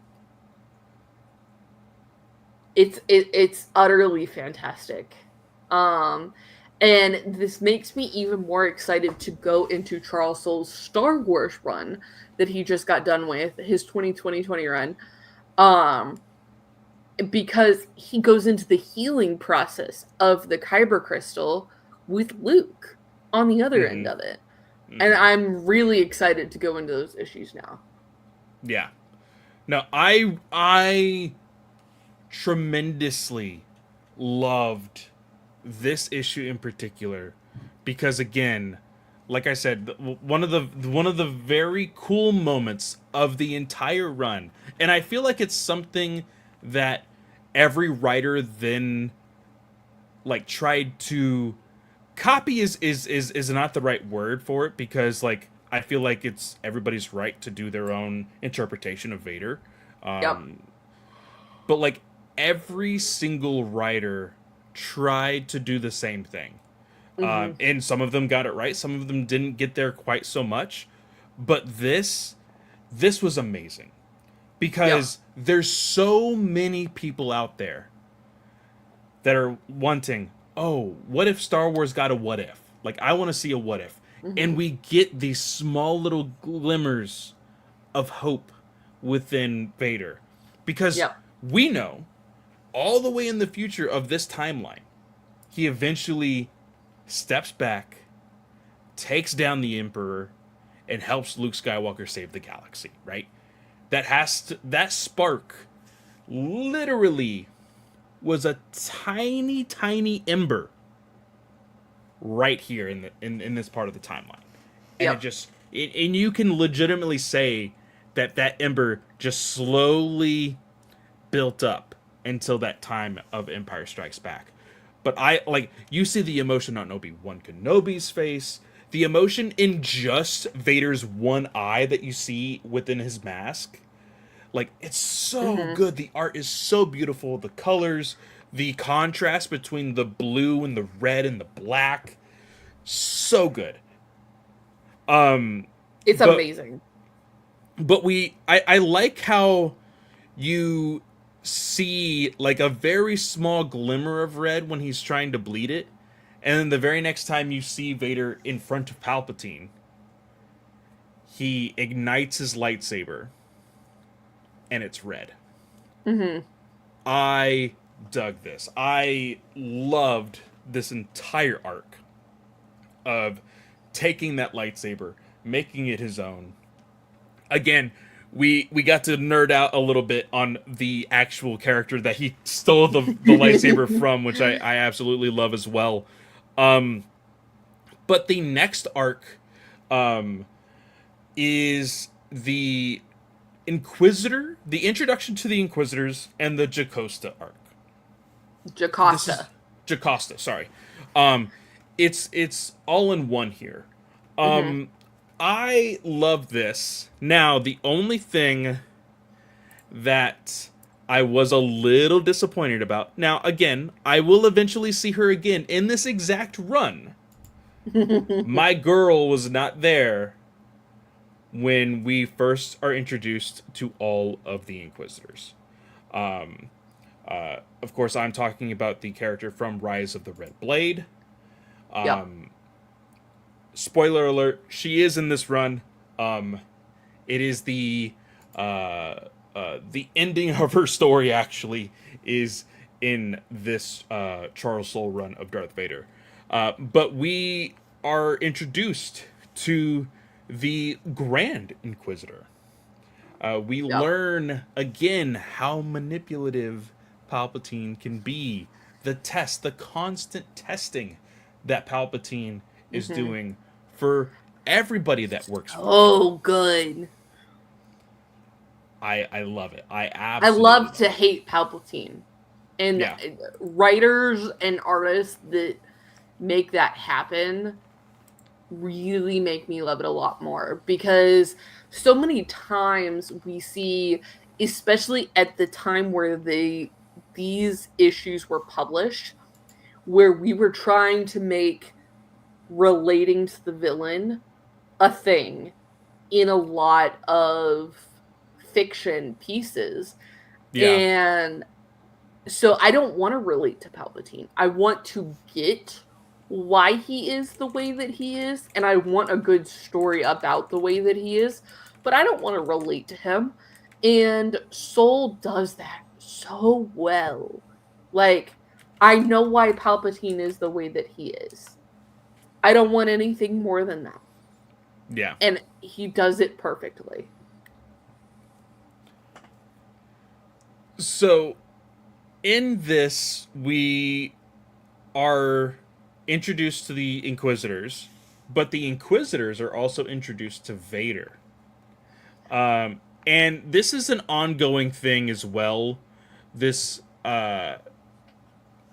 this idea that Vader is still very unknown to the rest of the Empire. Hmm. I really dig this. Um, because Anakin Skywalker, Darth Vader, was such an important role in Palpatine's takeover of the Republic. And Yep. yet, Vader is like a nobody Hmm. to most of the Empire, which is It's absolutely insane. it's hysterical because you think, hey, if I knew who this person was, if I knew that he was Anakin Skywalker, I like these people, these members of the Empire would go, oh, I respect Vader so much more because of who Anakin Skywalker is. So it's interesting to give that perspective. Obviously, you don't want people to know, like, hey, Anakin, like, Vader was Anakin because he was a Jedi. You Jedi, don't want yeah. that. So you can't really do that. But just imagine, like, oh, we got Anakin on our side, kind of thing. Well, no, because like even there's a moment in the second issue where he's going onto that space station, where Hmm. one of the clone troopers is like, "Oh man, I haven't seen flying like that since," and somebody's like, "Don't even say it. The Jedi are dead." Everybody knows. Everybody in the entire galaxy knows the best star pilot of all the Jedi was Hmm. Anakin Skywalker. Yep. And so even the clone troopers like could recognize that. And so with this, the questioning, oh well, you know, why are you so special? Blah blah blah. And then Palpatine even says, "His word is my word. Hmm. If he says something, you do it. Just assume that it's a direct order from me." And you can kind of tell how it gets under people's skin. And a lot of times when freaking Palpatine himself is saying this, when Vader is explaining this to people, people are upset because Hmm. it looks like this guy out of nowhere is just all of a sudden the top dog of the Empire now. Like, Hmm. are you kidding me? Like, I've worked Yep. so hard to get where I'm at. I've stepped on toes, probably killed people, but yet this person gets to stand right next to Palpatine. And Hmm. I think that is so good. I think it's Yeah. actually really, really fun. It gets this idea, especially with the last arc of what we're going to be talking about, the beginning of the Yeah. assassination attempt. Because that introduction that Palpatine does basically leads into the assassination attempts. Yeah. And just to kind of finish up the Jocasta new stuff, I love how she made a library of what she knew. She was the most studied Jedi Yeah. because she led those archives. And so she spent time making a new archive that could be found by the future of the Jedi. And we see that I Luke does find that, and that's I was awesome. gonna say, like, I think it's really cool that at the very end of that particular issue, there was an actual time jump, but only for those few panels. And so as Hmm. soon as you see that rock being lifted, you see Luke Skywalker's face. It gives you an idea of like, oh, this is where he started. He probably started his academy here, Hmm. right? So I really dig that. I think that's super fun. I also like the idea of her going back to Coruscant and finding this very important list, this Hmm. codex, if you will. Um, Of the future of the Jedi Order. yep. And Still curious as to how that's a thing. well, I think that there is, well, I guess that is a little convoluted, if you will, because for all we know, for all we've known, is as soon as the Jedi find people who are of age Hmm. and, force sensitive, they take them. They're like, hey, Yeah. they're ours now. Peace out. And they'll be a Jedi. Yeah. Now, is it possible? Did they specifically say children in this list? Or did they say future Jedi? Because this list could be for sensitive people who were not of age, I were think too it's children. old. I think it's the same list that Palpatine steals with Cad Bane in Clone Wars. Oh, okay. So that's my theory. Yeah. That's interesting, actually. Okay. I well, you know what? Talking about this, I love, for one, we have a droid that scans biometrics Hmm. and is able to identify Lord Vader as Hmm. Anakin Skywalker. And then Anakin, Darth Vader, is like, oh, can't have that. I gotta kill you. Throws his lightsaber. And the droid's like, come on now. I'm a security droid that's supposed to secure all of these archives. I know a thing or two about Jedi fighting. I love it. I That love was it. wild.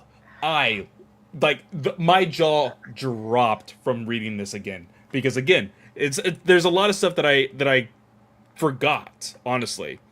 So seeing this was actually really really fun. But one thing that I genuinely forgot was a weapon that I need to see in live action. The lightsaber gun. The lightsaber gun. And no, I am not saying Ezra's blaster blade. No. Yep. This is a rifle that you literally place your lightsaber inside the chamber, lock it, and it uses that as a power source.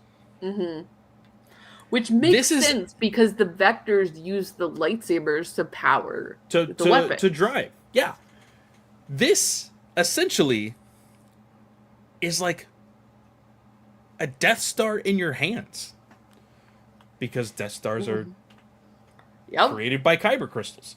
Um, and she uses it to try and fight Vader, saying all these things about Darth Vader, about Anakin. It's like, oh, so this is what all of the silent moments that Obi-Wan Kenobi had were really about. Hmm. Like, really just jabbing at Vader. I'm like, girl, you do not want to be doing this with Darth Vader. Like, anybody else I could see. You know, Yep. you piss off Darth Maul, cool. He's arrogant enough, he's going to slip up. You do this with any other Sith. Kylo Ren, he's going to get angry. It's going to knock him off his game. Yep. You do this with Darth Vader, 100%. that's scary. That is a scary thing to do. Um, but eventually, this lightsaber blaster rifle melts because it runs out of juice. The kyber basically explodes within itself. Yeah, I think the lightsaber melts, and so the rifle is still around. Yeah, But then, like, yeah. but she like rigged it to explode. That was the thing. Yeah. So like it immediately started beeping. She pushed it. Well, I think it was Vader who actually pulled it with the Force to try to take it away from her, not Yeah. realizing that it was also an explosive. And then he immediately pushed it away. It exploded, created a giant hole in the wall. And then like this It's was so even cool. scarier because like Jocasta jumps out Mm-hmm. and she's able to steal a random lightsaber that was on the Mm-hmm. wall. Um, and she jumps down, starts, deflecting all these blaster bullets or whatever. And then somebody, one of the stormtroopers is like, or one of the clone troopers looks up, is like, "There's another Jedi!" And they all start shooting at Vader. I'm like, that dude is not only getting demoted, that dude is dead. That dude is going Dead. to die later in canon. Dead, Uh, dead. because, like, even Vader is like, why did nobody give a description of who this might be? Now, Mm-hmm. granted, I don't think Vader said anything about who it was because one of the troopers actually says like, "Hey, why is there so many of us needing to stand guard?" He's Yep. like, "Oh, were you here that night of Order 66?" He's like, "Yeah, like we were here." He's like, "Well, yeah, those Jedi, you may have missed some." He Mm-hmm. didn't say anything specific. That's Vader's fault. Yep. Not giving a description is Vader's fault, not the clones. So I thought that was funny. But they're able to capture her. And again, guys, we got that glimmer of hope, that very small ember of the humanity of Vader. But that's not what Vader's about. Vader is also about the inhumanity, the Mm-hmm. turn to the dark side, what makes him the right hand of Palpatine.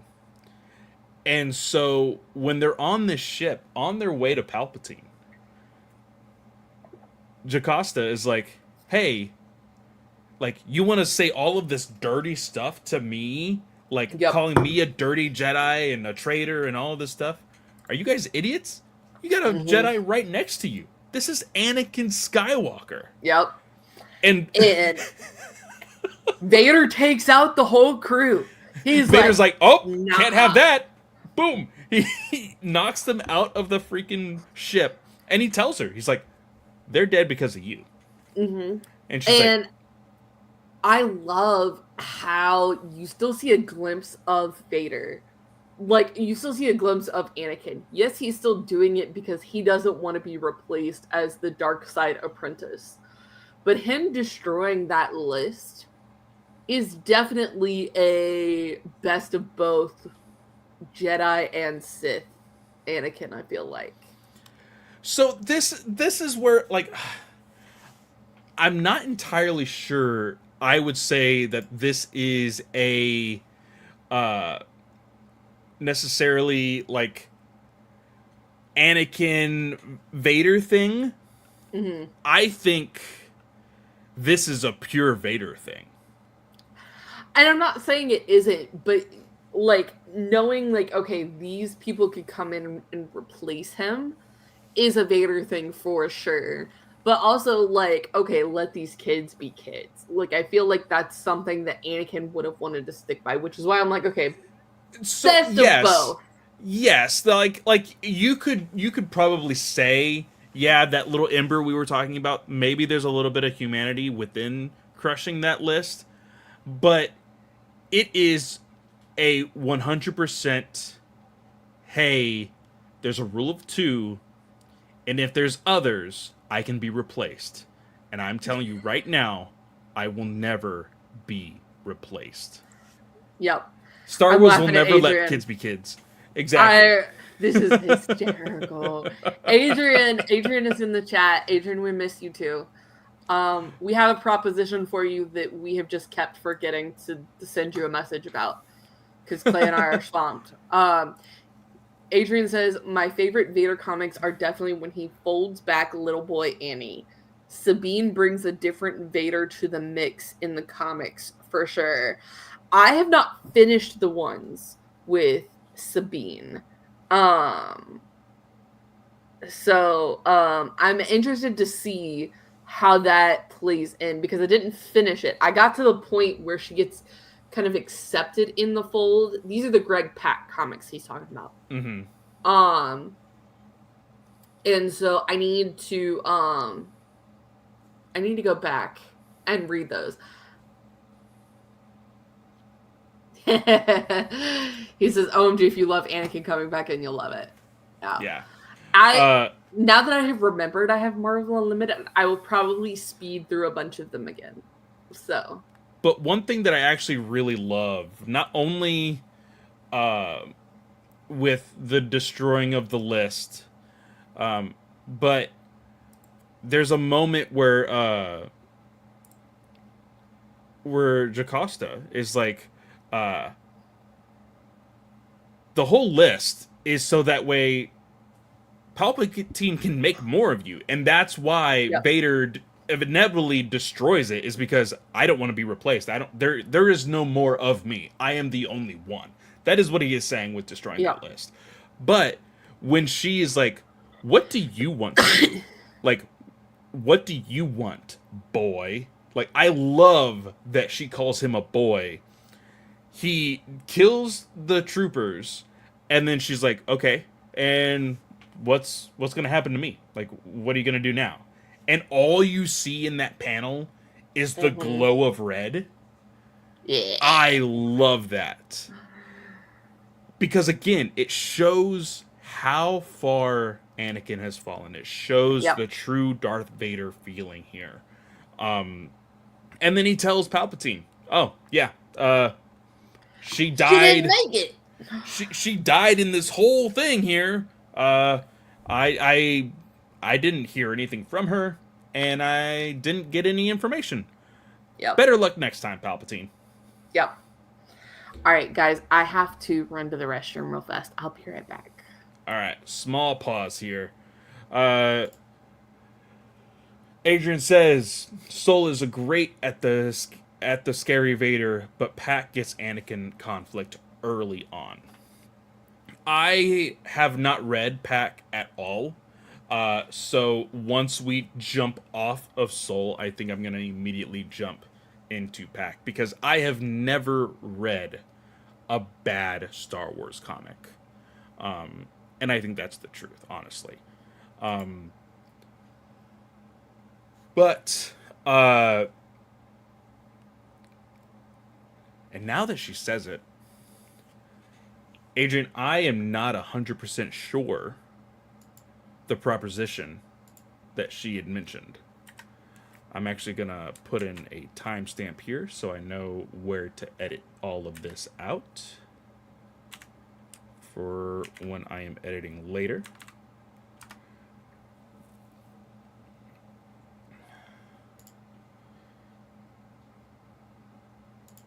Big facts on that Star Wars Comics Elite. Yeah.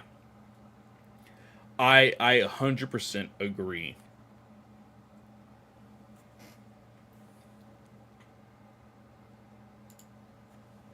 Yeah, man. I was literally thinking about you just the other day. Not to be a Debbie Downer, but I just recently lost my job. And I have been putting in a lot of applications, a lot of them to comicbook.com and CBR, trying to see if I can't get back into my writing days. And I was just like, hey, I know some people who love to write, and I thought about you, my friend.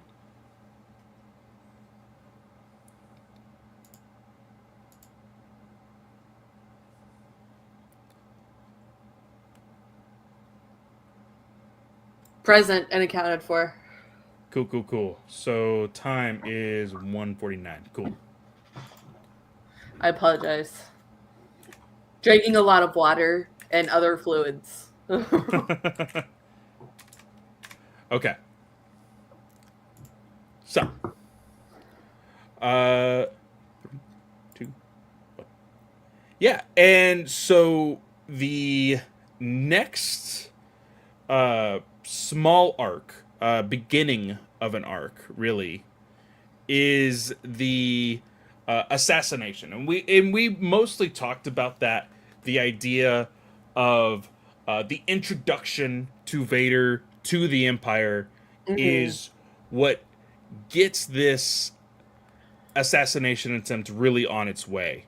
Um, we see Vader going into this bar because of there being a possible Jedi sighting, and Yep. the ninth sister, um, famously also being a part of the Jedi Survivor series on PlayStation.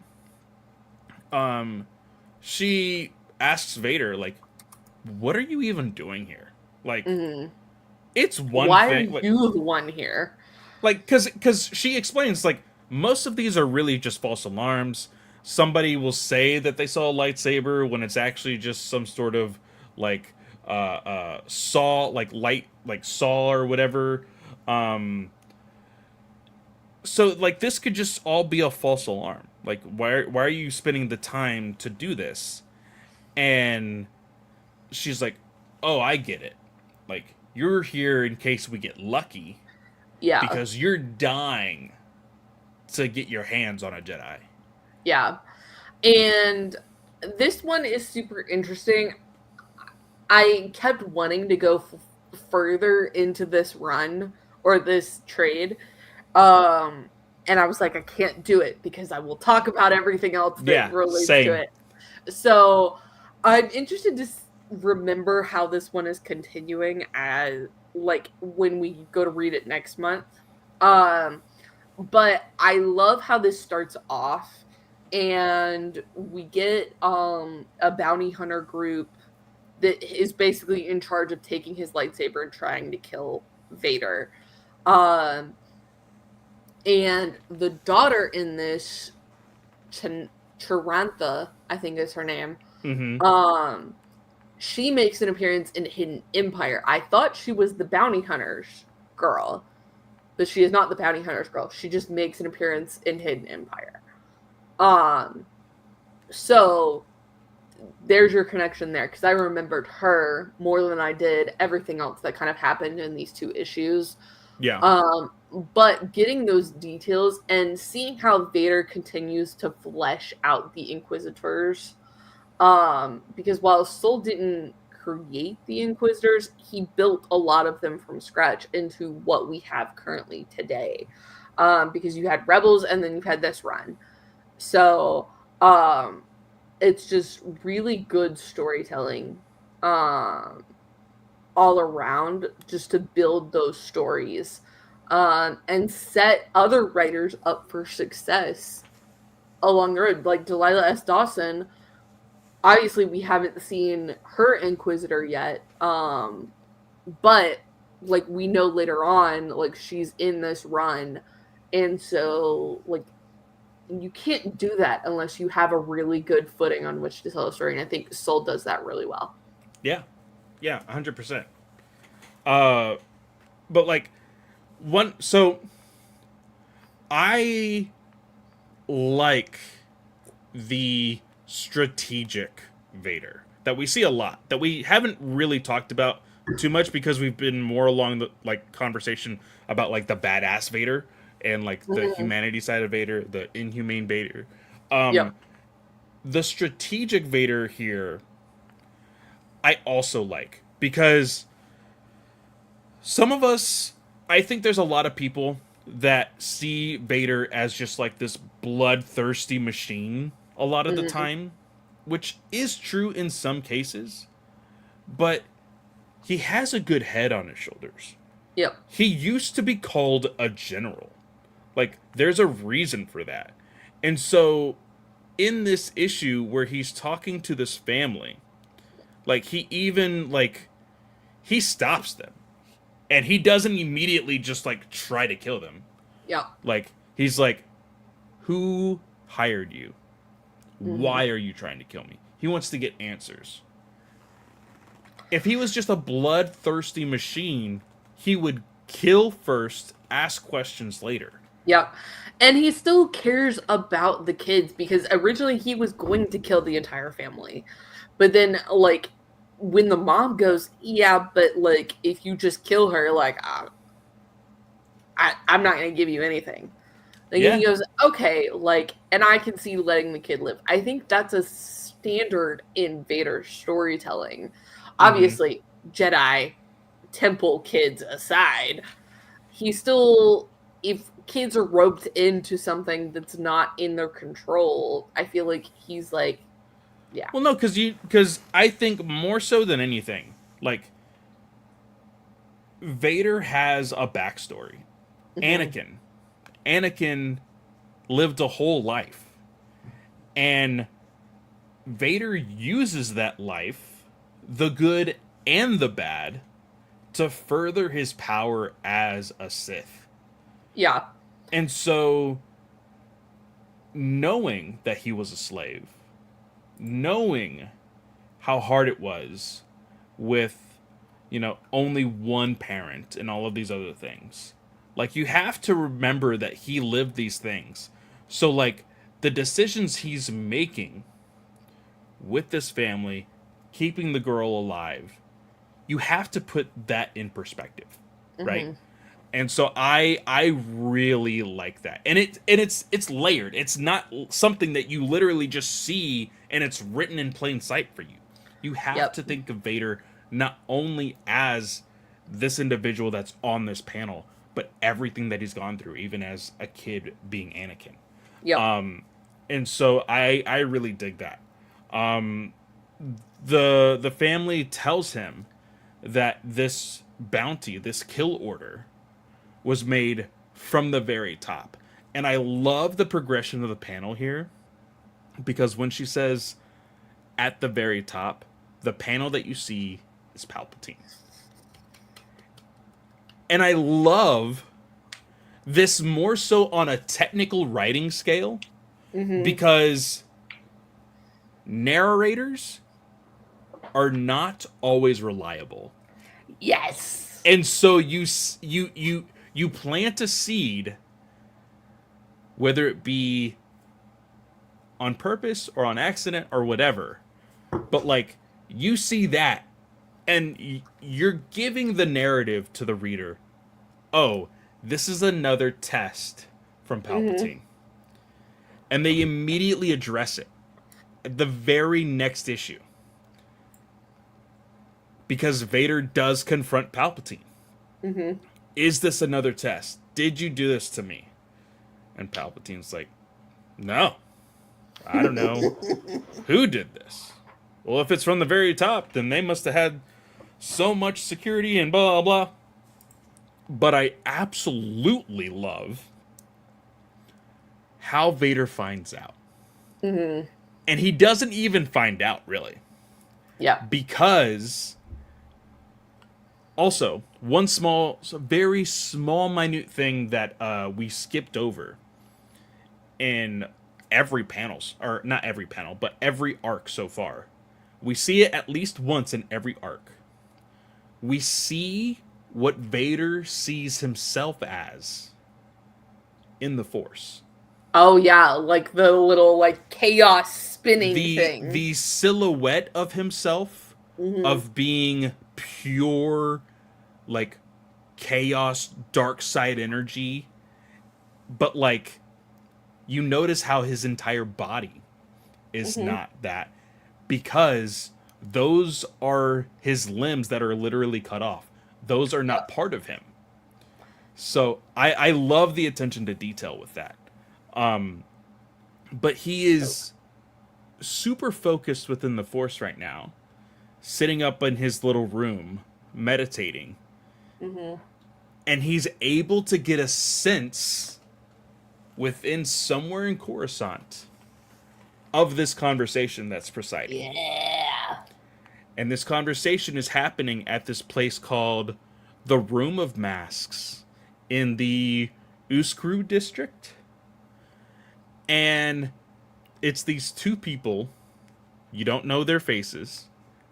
And they're having these conversations about Vader, about Mhm. how he's just all of a sudden showed up. He has all of this like high security, and we're not entirely sure like who brought him up, but he basically what I was saying before, like, oh, he can't just be Palpatine's right hand after we've worked so hard, blah blah blah, right? Yep. And so he does get a small glimmer of something that had happened in a prior issue, and he actually got mad at somebody, and he was force choking them. He's like, ah, I see. And the very next day, Palpatine assembles all of the superiors in the I feel like in Coruscant, really. Um, Yep. and this is where he introduces Vader. He explains to everybody, "Hey, this is Darth Vader. He is Lord Vader, because he is they. Lord Vader. Yeah, this is Lord Vader." He says here, "He speaks with my voice. A command from him is a command from me. Pass this information to your men. All must understand." And so he backs up, and then Vader starts naming off these people. He says Pharaoh, Bengen, Streffy, and Azorus.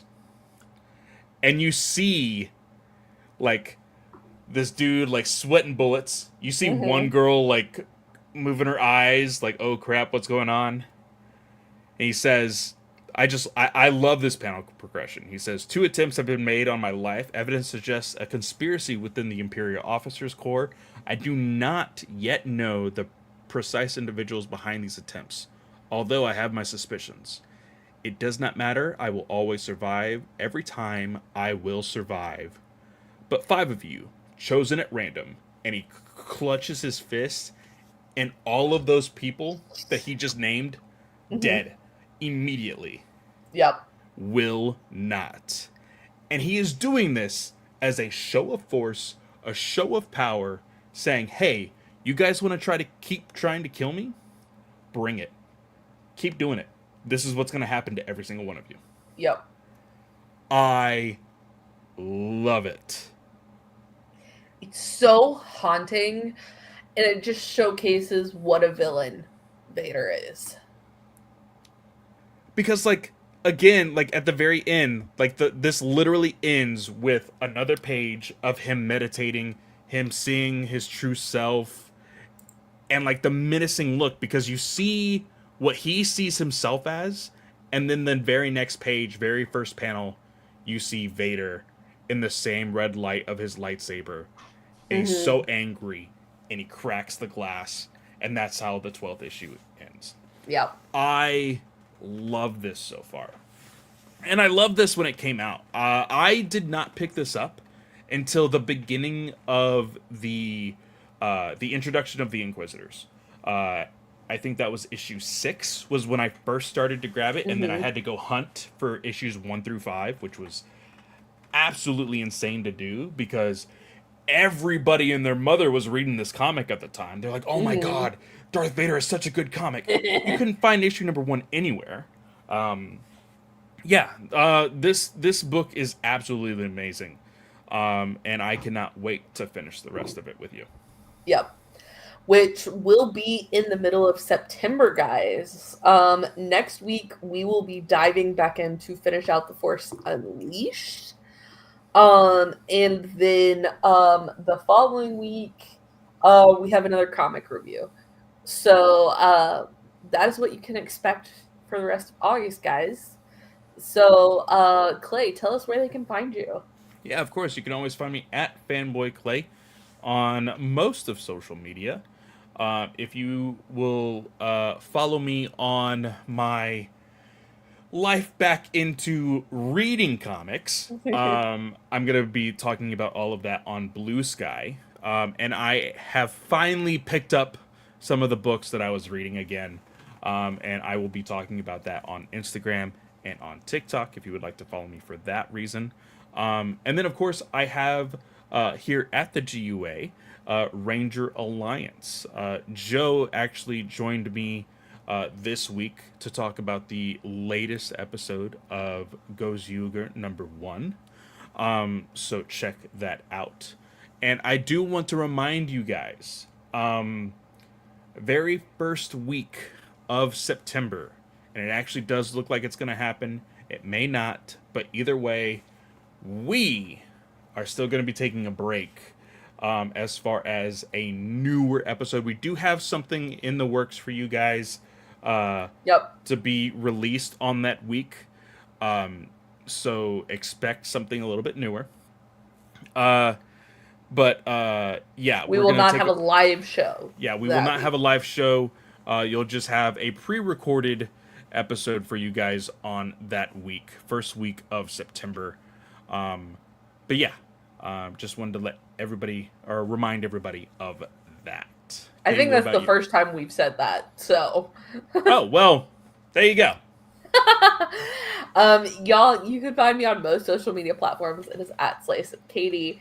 Remember, we are not on any social medias at the moment. So you can shoot us a text or leave us a voicemail. 830-538-4828. Just give us a way to reference you on the show, pretty please. You can also shoot us an email, StarWarsAlliance@gmail.com. Remember, there's no A in the wars. That's super important. Don't forget it. Thanks, Adrian, for being in the chat. He said he was heading out a little bit. He said he was heading out about 20 minutes ago, but we do miss you. Hearts. We will get you back on soon. So with that, guys, I want to wish everyone a great day or night, whatever time of day you are listening or watching, and we will see y'all next time. May the force be with you.